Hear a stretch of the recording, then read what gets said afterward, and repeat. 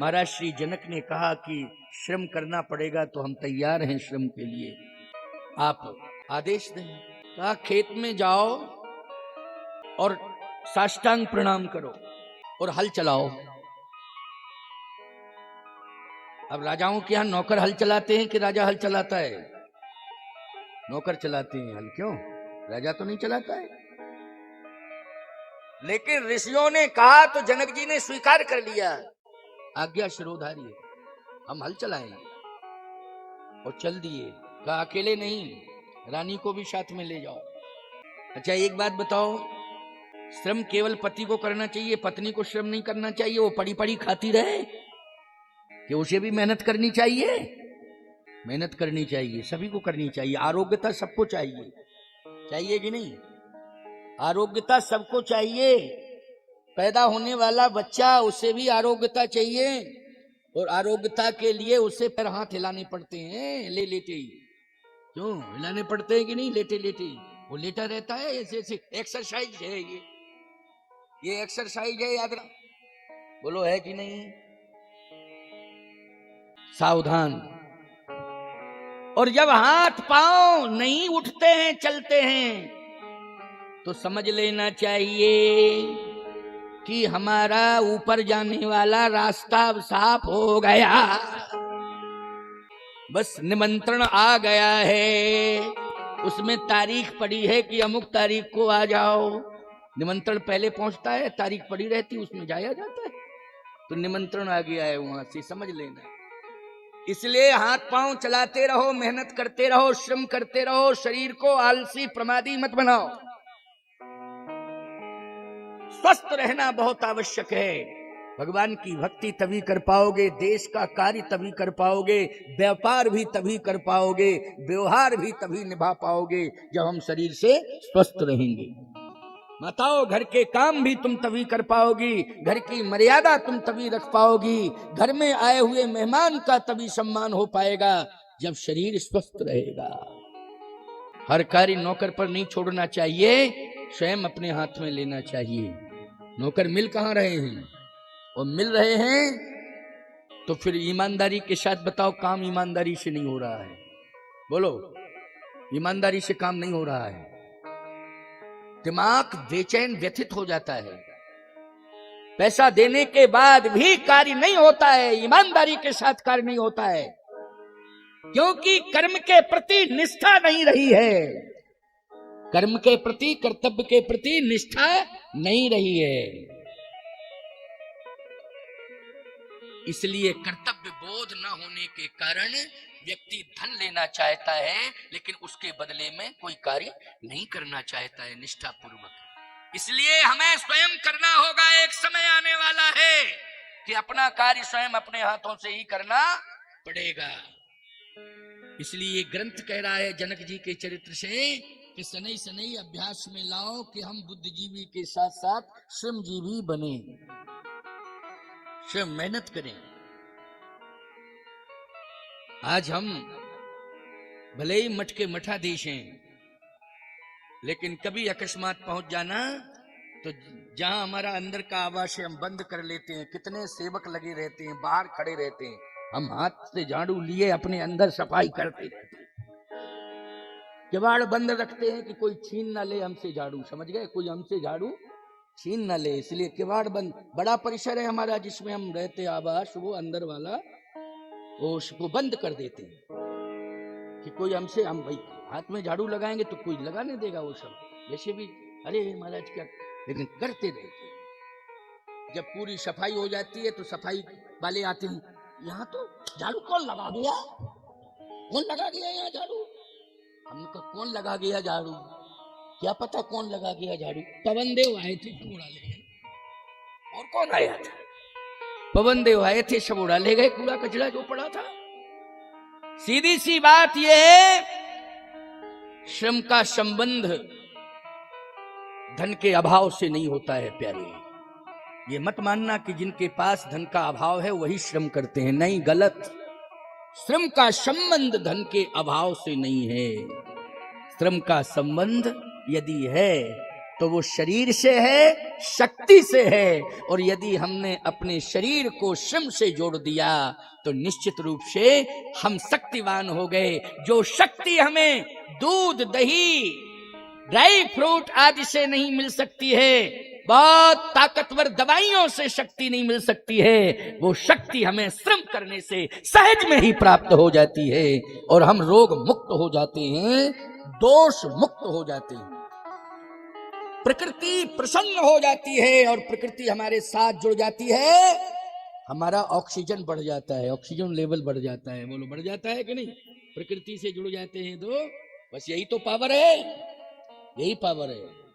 जनक जी का पावर बढ़ा रहे हैं महात्मा, इसलिए कह रहे हैं कि खेत में जाओ। जनक जी पहुंच गए, कहा महारानी को भी ले जाओ। ये महारानी कहाँ है? बुलाओ, ले जाओ साथ में। सुनैना जी आ गई, दोनों गए राजा रानी, और जाके मिथिला से आगे सीतामढ़ी जगह है, जहां सीता जी का जन्म हुआ, वो सीतामढ़ी कहते हैं उसको, वहां पहुंच गए। हल स्वयं चला रहे, साथ में सुनैना जी हैं, और जैसे ही हल चलाया और हल चलते चलते चलते चलते जनक जी के शरीर से पसीना टप टप, राजा हैं, कभी हल नहीं चलाया था, पहली बार तो हल चला रहे हैं, कहाँ चलाया था हल, और शरीर से पसीना टप टप टप। सुनैना जी तो क्या कहना, वो तो महलों से बाहर कभी निकली ही नहीं थी, लेकिन खेत में चल रही हैं, कोमल कोमल चरण है, फफोले पड़ गए, पसीने की धार लगी है। जैसे ही श्रम हो गया, दोनों का शरीर से श्रम हुआ, और हल्का जो फल था आगे चल करके घट से टकराया, और उसी घट से शांति रूपी सीता प्रकट हो गई। झरझर झरझर झरझर झरझर पानी बरसने लगा। सीता जी के प्रकट होते ही झरझर झरझर झरझर झरझर पानी बरसने लगा। हरितमा आ गई, खुशियां छा गई, आनंद की वर्षा हो गई है, पानी की नहीं, किसकी? आनंद की वर्षा हो गई। तो जनक जी को सीता जी कैसे प्राप्त हुई हैं? श्रम से। किससे मिली हैं? श्रम से मिली हैं। इसलिए माताओं, बहन, बेटियों, भाइयों, जब तुम श्रम करो तो ये समझ लेना चाहिए कि सीता जी की कृपा हमारे ऊपर हो रही है। किसकी कृपा हो रही है? सीता जी की कृपा हो रही है। समझ गए हो कि नहीं? ये सीता जी की कृपा है। और जिस समय इसको श्रम यज्ञ कहते हैं, क्या कहते हैं? श्रम यज्ञ कहते हैं, क्योंकि दो ही संस्कृतियां हमने बताई ना, एक तो कृषि संस्कृति, दूसरी ऋषि संस्कृति। कृषि संस्कृति और ऋषि संस्कृति। तो ऋषि संस्कृति है यज्ञ और कृषि संस्कृति है खेती। बोलो है कि नहीं? और ऋषि संस्कृति क्या है? यज्ञ है। तो भगवान राम कल की कथा में किससे प्रकट हुए थे? यज्ञ से प्रकट हुए थे, हवि के रूप में। यह हवि बाट देव नृप जाई, जथा जोग जहीं भाग बनाई। तो इसी यज्ञ के हविष्यान्न से प्रभु राम का प्रादुर्भाव हुआ। इसलिए राम है ऋषि संस्कृति। और आज जनक जी के हल चलाने से उसी खेत से सीता जी का जन्म हुआ। तो खेत से सीता जी प्रकट हुई हैं। तो आज सीता जी क्या हो गई? कृषि संस्कृति हो गई ना, कृषि संस्कृति। और याद रखना, हमारे यहाँ दो ही तो हैं, सीता राम, सीता राम, सीता।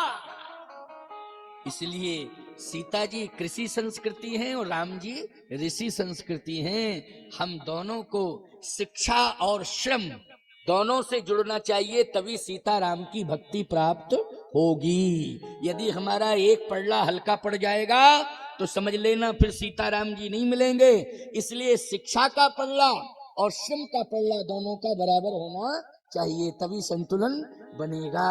तो आज भगवती श्री किशोरी जी का जन्म हुआ।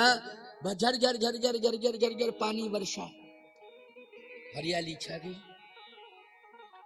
एक भाव और आ गया सामने, क्या? सीता जी का पालन पोषण महाराज श्री जनक ने और महारानी सुनैना ने किया। लेकिन जैसे ही सीता जी 6 वर्ष की हुई, तो याद रखना 6 वर्ष का बालक चलने लगता है और पढ़ने भी लगता है। क्यों भाई? चलता भी है। और आजकल 3-4 साल के बच्चे ही क्या KG1 क्या शुरुआत कर देते हैं। क्यों? 3 साल 3.5 साल के बच्चे। एक जगह तो कह रहे थे महाराज हमने ऐसा स्कूल खोला है कि 2 साल के बच्चे से ही हम पढ़ाना शुरू करते हैं। क्यों? सही बात है। 2 साल का बच्चा। तो हमने कहा कि ऐसा स्कूल बताओ कि स्कूल में पैदा हो वहीं से पढ़ना शुरू होता है बच्चा। फालतू की बात क्यों करते हो? है ना भाई? इस प्रकार से जो है कम से कम उसका लालन पालन भी तो होना चाहिए, उसके बुद्धि का विकास भी तो होना चाहिए। क्यों भाई? उसे माँ का प्यार भी तो मिलना चाहिए। मिलना चाहिए कि नहीं मिलना चाहिए? तो सीधी सी बात यह है कि ध्यान से सुनना, समझने की कोशिश करना। 6 साल की किशोरी जी, 6 साल की। तो किशोरी जी पूरे महलों में, पूरे महल के अंदर जितने भी भवन हैं, जितने भी कमरे हैं, कक्ष हैं महल के अंदर, राजमहल के अंदर, उन सब में झांकती हैं। तो जनक जी को, सुनैना जी को ऐसा लग रहा है कि छोटी सी बिटिया है, ये खेल कर रही है। क्या कर रही है? खेल कर रही है। खेल खेलते हैं ना बच्चे, इस कमरे में उस कमरे में। लेकिन एक दिन जनक जी ने देखा कि बेटी झांकती ही नहीं है। जिस कमरे में थोड़ी सी भी गंदगी होती है वो साफ कर देती। अब आश्चर्यचकित हो गए। क्यों? जो माँ बाप ने जिस भाव से संतान को पैदा किया वही भाव आ जाएगा। समझ रहे हो कि नहीं समझ रहे हो? जिस भाव से माँ बाप ने संतान को जन्म दिया है, जन्म लेते ही उस संतान में वही भाव आ जाएंगे। आ जाएंगे कि नहीं? इसलिए सोच समझ के रहा करो, विचार अच्छे रखा करो, शुद्ध सात्विकी जीवन जिया करो। और जब वंश चलाने के लिए तुम्हें ये अनुभव होने लग जावे कि हमारे घर में वंश चलाने वाली संतान आ रही है, तो उस समय संतान के जन्म के पहले से ही धार्मिक पुस्तकों को पढ़ना शुरू किया करो। चाहे 10-20 मिनट पढ़ा करो, लेकिन धार्मिक पुस्तक पढ़ के ही विश्राम किया करो। 10-20 मिनट ही पढ़ो चाहे, लेकिन पढ़ के विश्राम किया करो। सभी तो पढ़े लिखे हैं। चित्र भी देखो रात्रि के, तो अच्छे चित्र देखना, याद रखना। साहित्य भी पढ़ो रात्रि में, तो अच्छा साहित्य पढ़ के ही सोना। ये साधु की वाणी है, इसको बिल्कुल पूरी तरह से ध्यान से सुन करके हृदय के अंदर रखना। यदि तुम ये चाहते हो कि हमें अपना घर चलाना है, हमें अपना वंश चलाना है और अपना देश चलाना है, अपना राष्ट्र चलाना है, अपना धर्म चलाना है, तो इसके लिए धार्मिक एवं भगवान का भक्त और राष्ट्र भक्त हमारे वंश में पैदा होना चाहिए। तभी हमारा वंश चलेगा, तभी हमारा राष्ट्र चलेगा। और इसके लिए आप जिम्मेदार हैं कि कैसे राम भक्त पैदा होगा, कैसे राष्ट्र भक्त पैदा होगा। इसके लिए कौन जिम्मेदार है? बोलो। हम जिम्मेदार नहीं है, इसके लिए तुम लोग जिम्मेदार हो, क्योंकि सदगृहस्थ हो तुम। बोलो, तुम ही तो ये सब कार्य कर सकते हो। अगर महात्मा को भी तुमने बिठाला है यहाँ कथा में, इस आसन पर, तो कहीं ना कहीं किसी गृहस्थ परिवार का योगदान है। क्या आकाश से टपक के आ गया? मैं तुम्हारे जैसे परिवार से ही निकला हुआ हूं। इसलिए सोचना पड़ेगा, विचार करना पड़ेगा।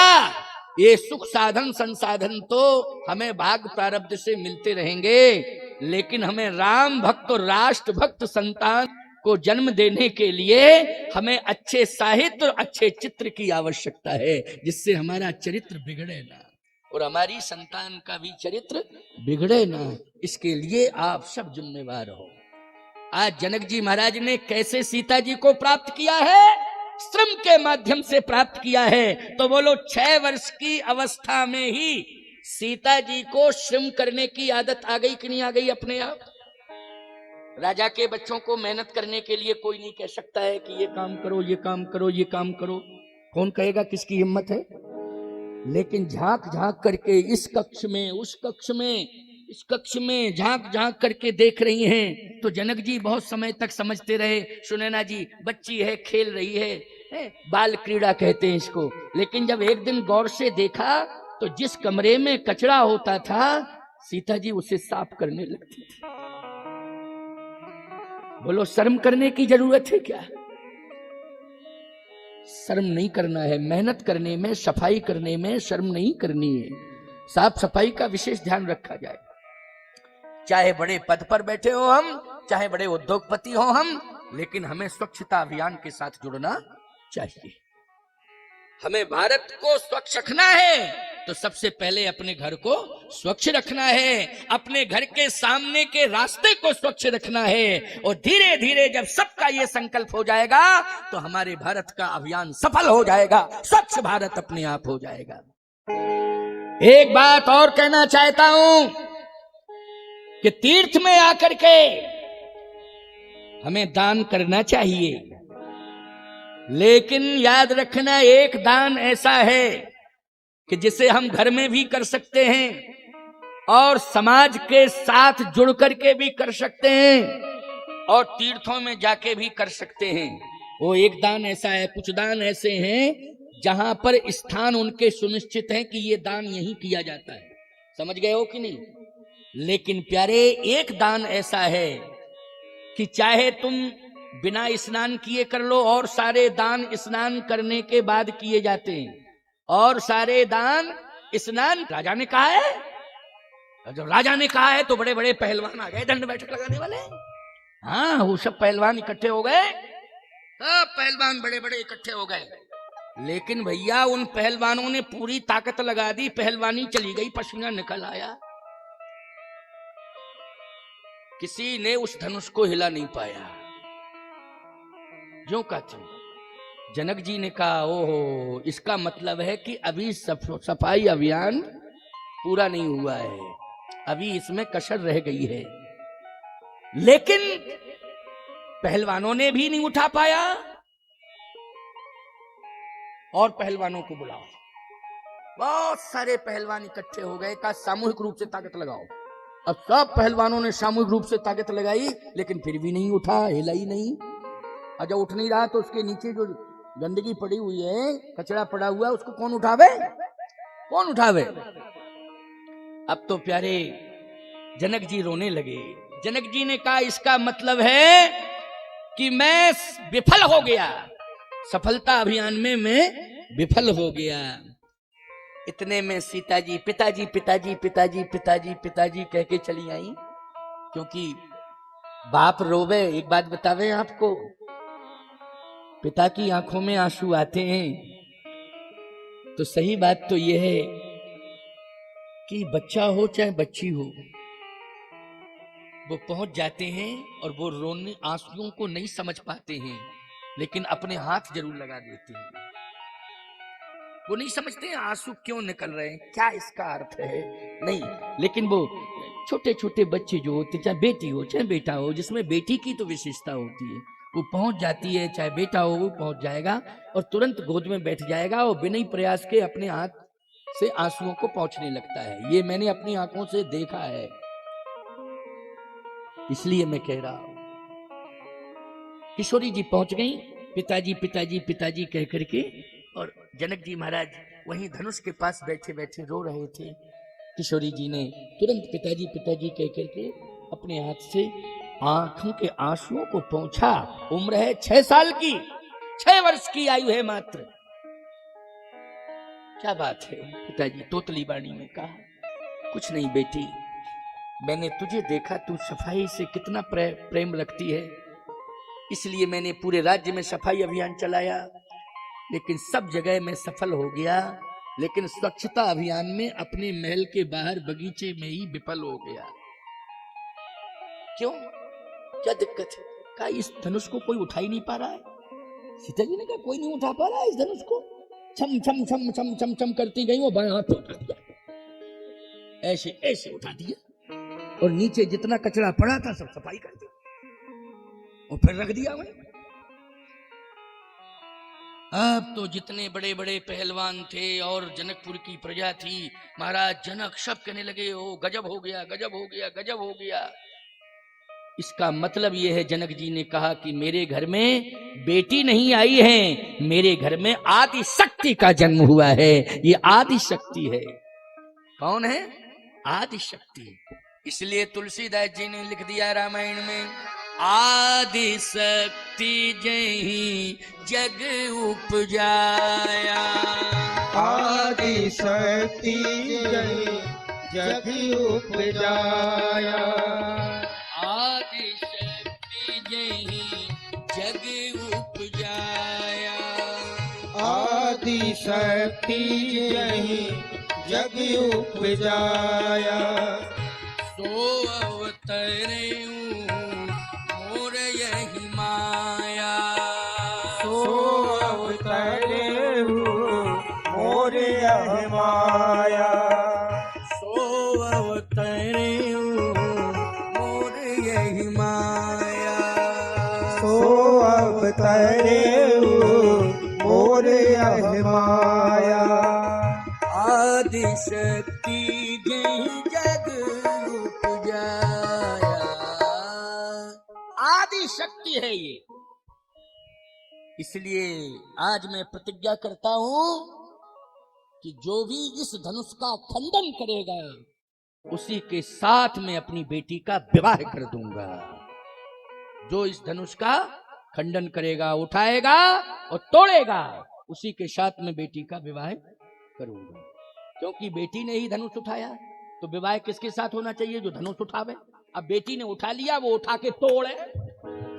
इतना अंतर रहेगा कि बेटी ने तो उठाया है, लेकिन वो धनुष को उठाए और उठाने के बाद इसको तोड़े, तब मैं अपनी बेटी का विवाह करूंगा, उसी के साथ करूंगा। क्यों भाई, प्रतिज्ञा हुई कि नहीं?